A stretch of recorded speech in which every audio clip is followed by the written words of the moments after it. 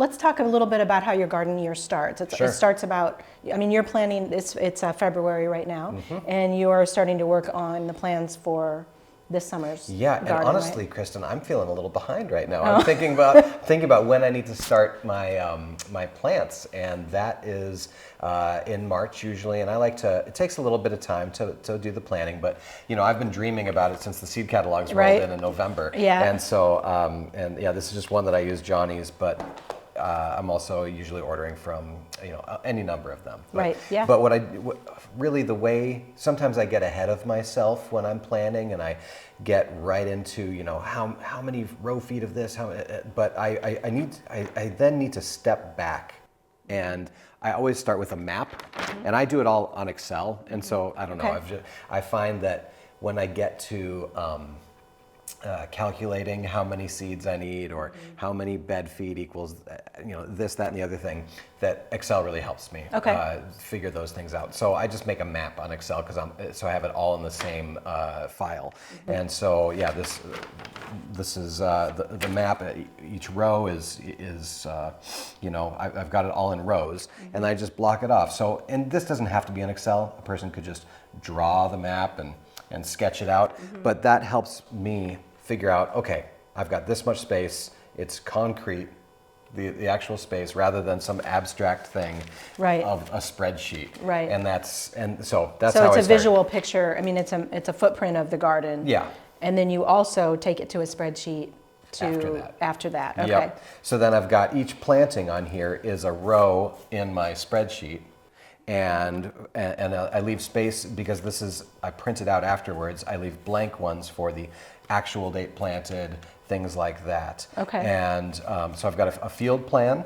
Okay. So this is your field plan. So so you have every crop, arugula, cilantro, sassy mix, salad, and then. So you've got the crop, and then you talk about which bed it's in. Yep, everyone's got a bed. It's days to maturity, so that I can calculate, when I'm going to get that crop, whether it's a direct seed or transplant, the spacing, the rows per bed, because when this all makes sense to me when I'm planning. Right. But then when I get out to the field and I'm like, or the field, the garden. Yeah. Right. And I am planting it, I often forget in the moment. I'm like, how many rows? So these are just a cheat sheet for me to go out there and plant with. So I'm like, 12 rows. And then I've got this calculation, which is, how many rows and spacing for how many plants per bed foot.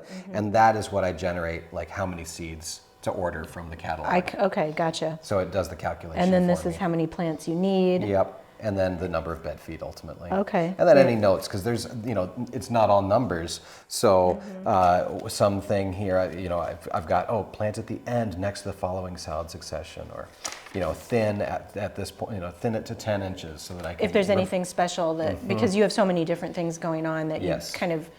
Yeah, this is a 15-page document, and there's, 20, 30 lines on each page, and it's too much to just keep up here. But for someone who is doing a smaller garden, this same process would prove useful. Oh, I think so. Whether or not you have a lot more to keep track of, but I have, my garden's really small, but this would still prove useful to me too. I just think do yourself a favor, and help give yourself a plan for the season that you can just follow and execute. When you've got a down moment in February or January.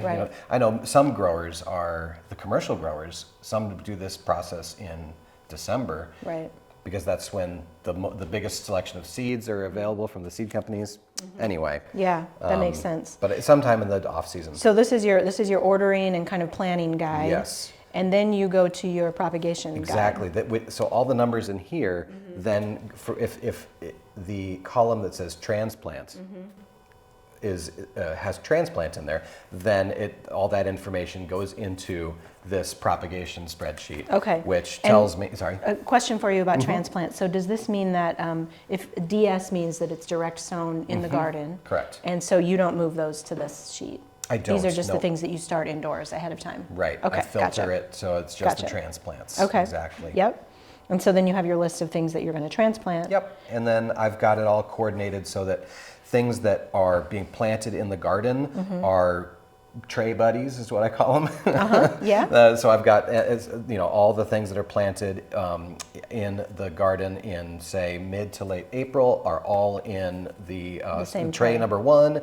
All the things that are planted in mid-May are in tray number 2, so that I can take that tray out and I don't have one singleton row that's left behind to tend in out of one tray Yeah. and it taking up space on your seed starting so stand. the planting of it ends up which we'll get into, but when I put them out in the tray, that is staggered. So I might start out with half a tray, but then when it's done and they're mature, they're all out there at the same time. That makes sense. That's a good tip.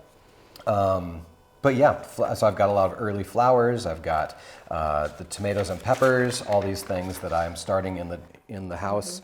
And then through the year, I do a total of 10 trays, but I only have 4 at a time. So I just sort of have it all staggered so that as soon as one tray comes out, the next one's getting seeded and filling in its space. But yeah. So you said you have room for 10, but you only ever do 4. Oh, you do 10 total trays. I only have room for 4, Okay. but I need to generate the transplants that I want. Okay, I have to have a total of 10 So you rotate trays. them in and out, Yeah. which is why you do the tray buddies.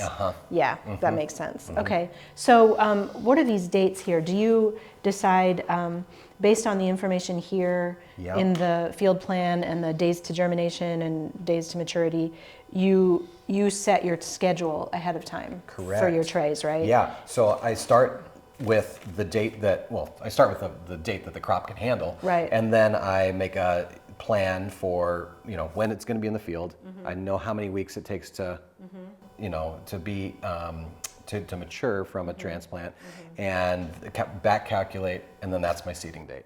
Gotcha. And I've got an equation in here because I had it a couple years back where it was like dates all over the calendar, where it was like a Tuesday, a Thursday, all these things, and we'd be like, oh, I missed this thing. So I just have there's a rounding equation in Excel, and I round to the Saturday before, because we're always doing the work on the weekends. Right. Because we have you have full-time jobs, yes. So then you have your weekly to-do list. Right.